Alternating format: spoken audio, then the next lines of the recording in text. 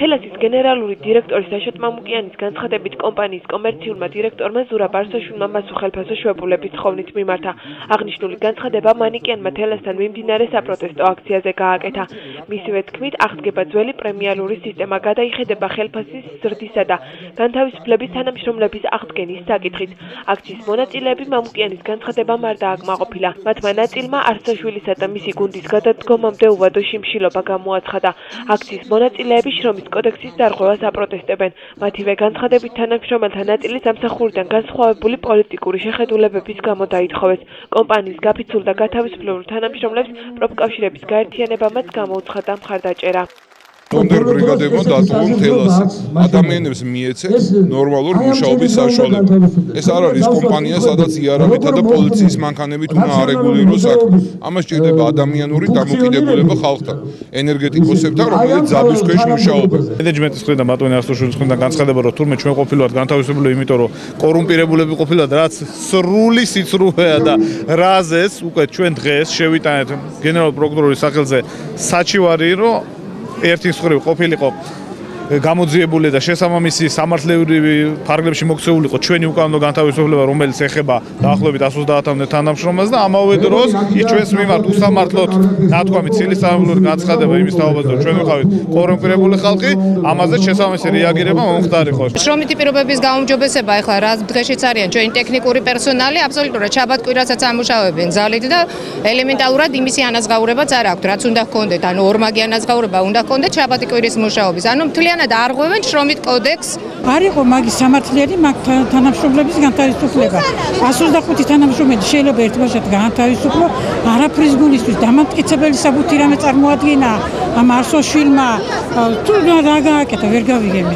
შიმშილობას ვიწყებ ამ წუთიდან, გავაგრძელებ მანამდე, სანამ ბრძანება არ იქნება ამ ზონდერ ბრიგადის და მთლიანად გუნდის აქედან წასვლის. დღევანდელი აქციის შედეგად ჩანს, რომ გენერალური დირექტორი არის შეშფოთებული და გარკვეულად ანგარიშს გაუწევს მომავალში, მაგრამ მოთხოვნები ეს ნაწილობრივ შეიძლება ჩაითვალოს დამაკმაყოფილებლად, მაგრამ ის ძირითადი მოთხოვნები ჯერ კიდევ დღის წესრიგში დგას და არ მოიხსნება, სანამ არ იქნება ამ შრომითი კოლექტივის მოთხოვნები ბოლომდე დაკმაყოფილებული და ჩვენ ვიმედოვნებთ, რომ პროფკავშირის სოლიდარობით, ერთიანობით ეს ადამიანები და ჩვენ ერთად მოვახერხებთ, რომ იყოს ისეთი სამუშაო პირობები და ის ადამიანები, რომლებიც ზონდერებად არის გამოცხადებული თავად თანამშრომლობის მიერ და რომლებიც წნეხის ქვეშ ამუშავებენ და უსამართლო დათხოვნების, ასე რომ ვთქვათ, ხელმძღვანელები და ძირითადი ინიციატორები არიან, აღარ მუშაობენ ამ კერძო კომპანიაში.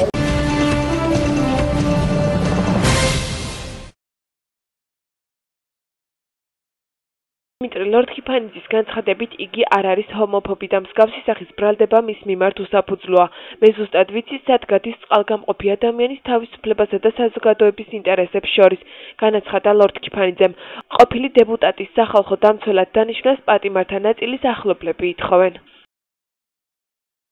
არ გახლავართ ჰომოფობი, მე ზუსტად ვიცი, სად გადის წყალგამყოფი ადამიანის უფლებასა და ძირითად თავისუფლებასა და საზოგადოების ინტერესს შორის. გამომდინარე იქიდან, რომ ნამდვილად ყოველი ადამიანი არის დაბადებით თავისუფალი, ყველა ადამიანს გააჩნია პიროვნული განვითარების, კონსტიტუციით მინიჭებული და საერთაშორისო სამართლებრივი ნორმებით მინიჭებული უფლება, ყოველი ადამიანის პირადი ცხოვრება არის ხელშეუვალი და მასში ჩარევის უფლება არავის არ გააჩნია და მეორეს მხრივ არსებობს საზოგადოებრივი ინტერესი და იქ, სადაც თქვენი უფლებების რეალიზაციით ხდება სხვისი უფლებების დარღვევის შესაძლებლობა, მოხდეს გამოწვევა ამ შესაძლებლობისა, იქ რა თქმა უნდა ვიმსჯელოთ, ირღვევა თუ არა იმ სოციუმის უფლება, ასევე რომელიც თვლის, რომ თქვათ ზოგადად ჰომოსექსუალიზმი როგორც ფენომენი არის გადახრა ნორმიდან.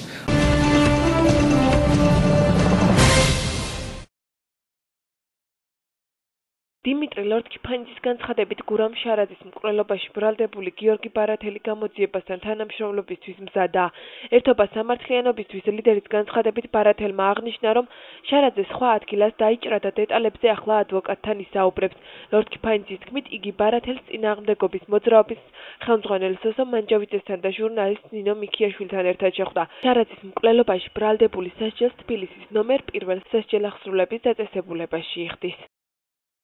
ფაქტურად ყინული დაიძრა გამომდინარე იქიდან რომ გიორგი ბარათელმა აღნიშნა რომ ყველა ის ინფორმაცია მათ შორის აღიარება იმის შესახებ რომ მან მოკლა თითქოს გიორგი გურამ შარაძე არ შეესაბამება სინამდვილეს მეტიც მან განაცხადა რომ ის ცეცხლნასროლი ჭრილობა რომელიც მან მიიღო მარჯვენა მხარის არეში არ მიუღია შემთხვევის ადგილზე და რომ თუ სად მიიღო და რა გარემოებებში მოხდა ეს ყოველივე იგი ისაუბრებს მხოლოდ მას შემდეგ რაც მას ეყოლება სანდო ადვოკატი რომლის აყვანის პირობაც შესთავაზა სხვათა შორის ქალბატონმა ნინო მიქიაშვილმა და ის იქნება ბატონი მამუკა ნოზაძე, რამდენადაც მე მაქვს ინფორმაცია და ბატონი გიორგი ბარათელი მზად არის დეტალურად ითანამშრომლოს გამოძიებასთან მისთვის არსებულ ყველა იმ გარემოებასთან დაკავშირებით, რომელიც თავის მხრივ უკავშირდება გურამ შარაძის მკვლელობის გარემოებებს.